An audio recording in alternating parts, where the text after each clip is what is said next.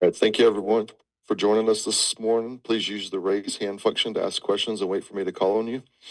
JJ, you can get us started. Jeff, what were some of the biggest things you saw on film after watching week 2? Well, if you're a fan of just football, it was a heck of a ball game. If you're a fan of Texas State, it was thrilling. If you're a fan of UIW, UIW. If you're a fan of UTSA, it was, it was heartbreaking, and really well played football game. Probably about as well played a game as you'll see for this early in the year. And they made a couple more plays and we didn't, and pretty disappointing. We worked extremely hard, put a lot into that game, and I have a pretty devastated locker room, and that's what I saw. Greg. Yeah, Jeff, I wanted to ask about that. You mentioned the emotions after the game. What was sort of the morale getting the guys back for the meeting yesterday? What did you notice from the group? Well, they had treatment yesterday. They were all here for treatment, and they probably need as much mental treatment as we do physical treatment right now. We left a lot out there psychologically, emotionally. It's 2 weeks in a row. We left a lot at A&M. I warned y'all about that, and we've got a great opponent coming in here. We've got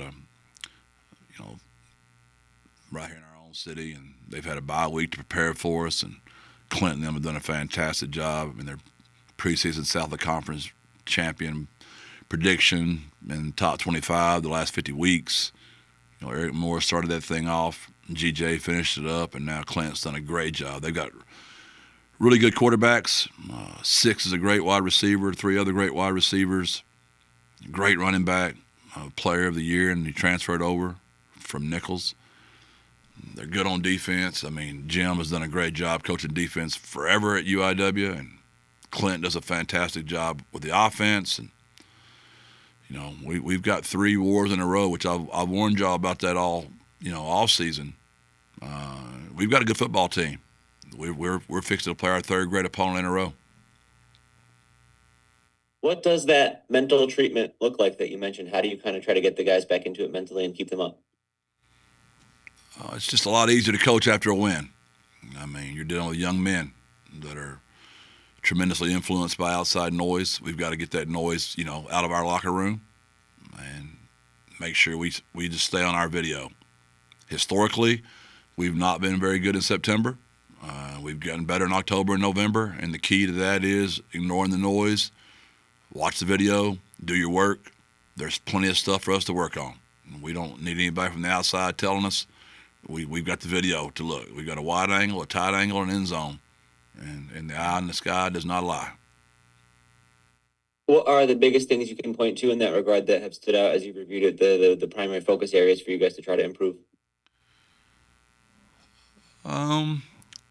Obviously the big plays on defense. A lot of that was scheme driven by Texas State, but there was some MAs on our part as well. Offensively, when you throw the ball 40 times and you only have 200 yards of passing, when again we're running the ball so well, that's very frustrating. Why? Is that scheme? Is that player? Is that lack of execution? Special teams again showed up again. It's very frustrating. Our not stalkers kickoff team did not perform very well. Obviously, our punt situation. It's just very unfortunate. So there's plenty for us to work on. We also had a mistake on the sideline. Had 12 men on the field. That was crucial. I thought the substitution penalty was, that was frustrating. They subbed so late. We tried to match the sub, and we got called. But there's just some things we got to clean up. Batting the ball, we know better than that. We know better than to bat the ball on the punt team. You can't just bat a football. So those are all things that, early season, you're just blown away at how many times you work that stuff and it still shows up. JJ. Jeff, what are some of your biggest takeaways on the defensive performance in week 2? Physical up front, enough in the running game to win, not enough plays in the back. Frustrating penalties. You know, the penalties, those third down and fourth down penalties were just killers, man. The one on Davin, just a fourth down. We had just gotten the lead back, you know, or tied it up. I mean, I might be off slightly there, JJ. That was a tough one. The one on Jamarius was just tough. He's got him covered. The one on, you know, Alpha, he's there. I mean, 3 guys covered. It wasn't like we just turned them loose. Now, the ones we turned loose, those are scary, right? That's inexperience, MAs, things we got to coach. But when it comes to playing the ball in the magic moments, what we call it, we've just got to get better there. And there's no other way to do it, man. And the same pain y'all went through last year watching us get inexperienced DBs ready, it's the same thing again. We got to get inexperienced DBs ready for the magic moment. Yeah, Jeff, I was just going to ask, do you have confidence in being able to shore up the passing defense, specifically the back end, all that stuff you mentioned? Do you have confidence in the players and the coaches to be able to do that at this point in the season? Oh yeah, we'll figure it out. I mean, it's never going to be perfect. I mean, the Bears of '85 and the Steelers of the '70s, those days are kind of come and gone, man. Football's different. It's exciting. It's fun for fans. Just a new way of playing football. I mean, people air it out. They like to try to score points. So you're not going to be perfect on defense, but we've got to be better. To your point, JJ. Where do you think we'll see the pass rush come from this point on moving forward? We're still trying to figure it out ourselves. We're trying to figure that out. We've got to create something there. Greg. Jeff, you guys really thrived in some close games early on in your tenure, and now the last couple of years, more of those have gone the other way. Is there some missing ingredient, or is that just the kind of scenario where those things are going to go back and forth when you're in games that are that tight? No, there's missing ingredients. There's no doubt. You got to have somebody that can sack a quarterback. Those things are important. And you got to have the ability to execute 2-minute drives. You know, those are the end game situations, and we have been in a little bit of a slump here the last 2 seasons, to be honest. And I think what you have to be careful of, Greg, you're falling into the Jeff Traylor negative mind thought. You're judging us on 2 years. I'd rather be judged on this year. I think that's slightly unfair. We were very young on offense last year. We returned all new starters, new quarterback, new everything. So I think where it's fair is this week. This is the one we needed to get done, right? To see all those kids drop those balls in critical situations, I think you and I both would say we were both shocked at that. And so we played 2 really good teams, Greg, and we played really well on offense for 2 straight weeks. So I think you kind of got your eyeballs on the wrong thing right now, personally. I know you mentioned in your post-game comments that 4th and 1 play on the goal line in particular was one you thought would jump out on film. What were some of your thoughts on just that call and the execution now that you've had a chance to review it? Got whipped up front. I mean, played big boy ball, and they were better at it. I guess I'm going to have to scheme a little more. You know, it's embarrassing that you can't freaking run inside zone for 1 freaking yard to win a ball game. And we didn't. We got our butt whipped up front. End of story. In the big picture with this game overall, how did you evaluate maybe the balance of scheme and play calling versus execution in terms of some of the things where you guys fell short? Man, y'all can study this for a long time. Coaches make 10 bad calls every game. They make 10 great ones every game. And the rest of them are a war of attrition.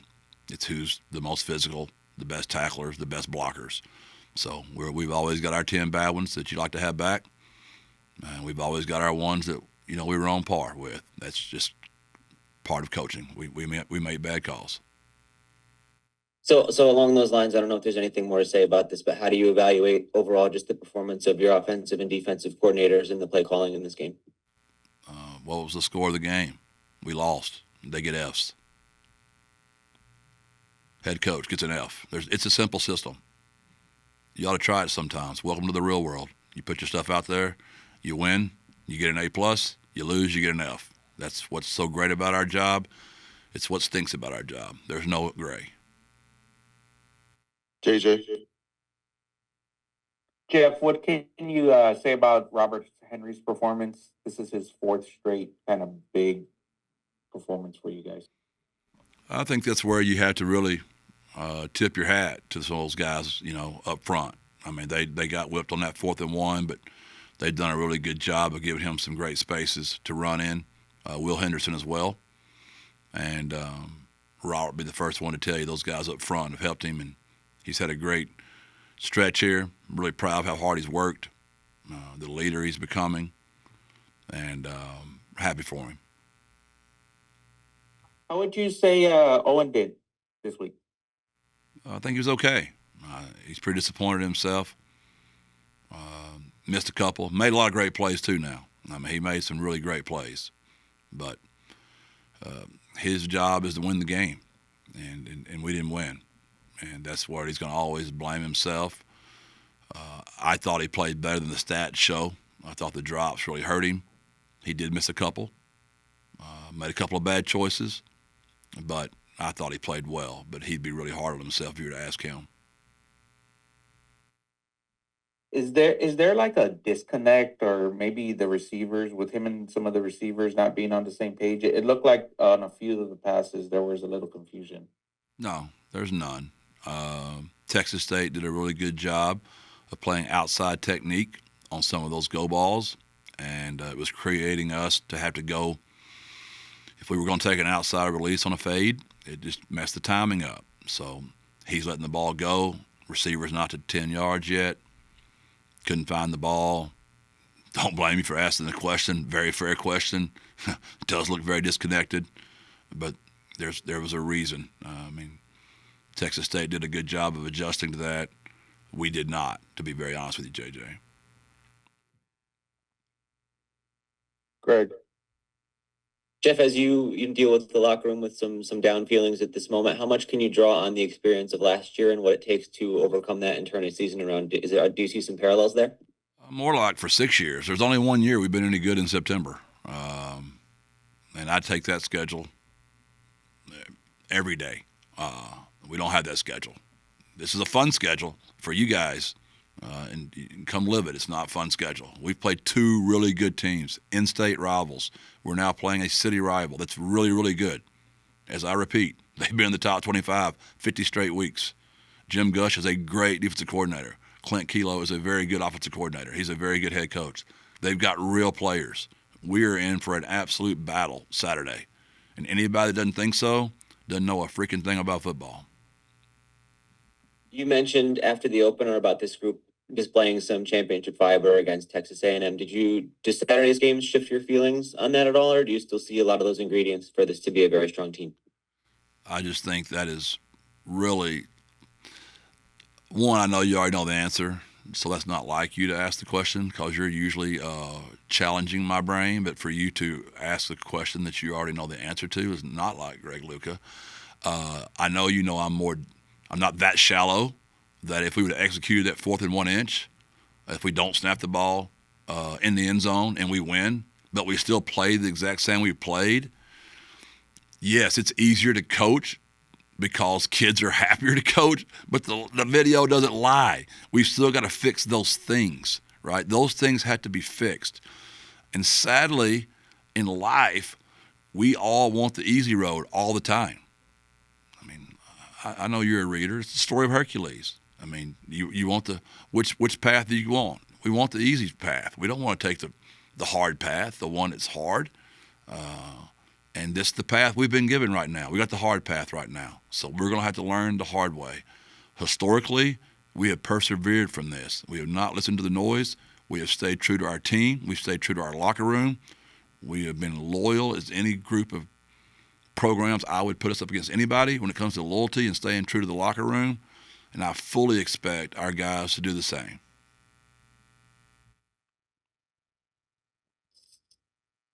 JJ. Jeff, what would be your message to a, I guess, frustrated fan base starting the season off 0-2 and kind of unsure of what the rest of the season holds. Yeah, I don't blame them. They should be frustrated. Nobody likes to lose. Nobody wants to lose. We didn't come out there trying to go 0-2. We don't take moral victories at all. There's no moral victories here. We didn't do enough to win. They should be frustrated. They should be frustrated at the head coach. They should be frustrated at all of it. They did their part. They all showed up. They were fantastic. The crowd did everything we could ask for. We did not do our part. That is all fair and warranted. As far as hope, we historically have come out of these things. We were just a little later last year coming out than normal. But historically, I mean, we've won. We've been really good, man, here. So I would think the fair weather fans might be ready to jump off, but I would think our real Roadrunner fans are saying, sadly, for whatever reason, Coach Traylor is a real slow starter, and he tends to finish fast. And Lord help me for why I can't figure out how to get it started quicker, man. Anything else for Coach Traylor? Thanks, everyone. God bless. Thank you, Jeff. Birds up. Thanks, Jeff.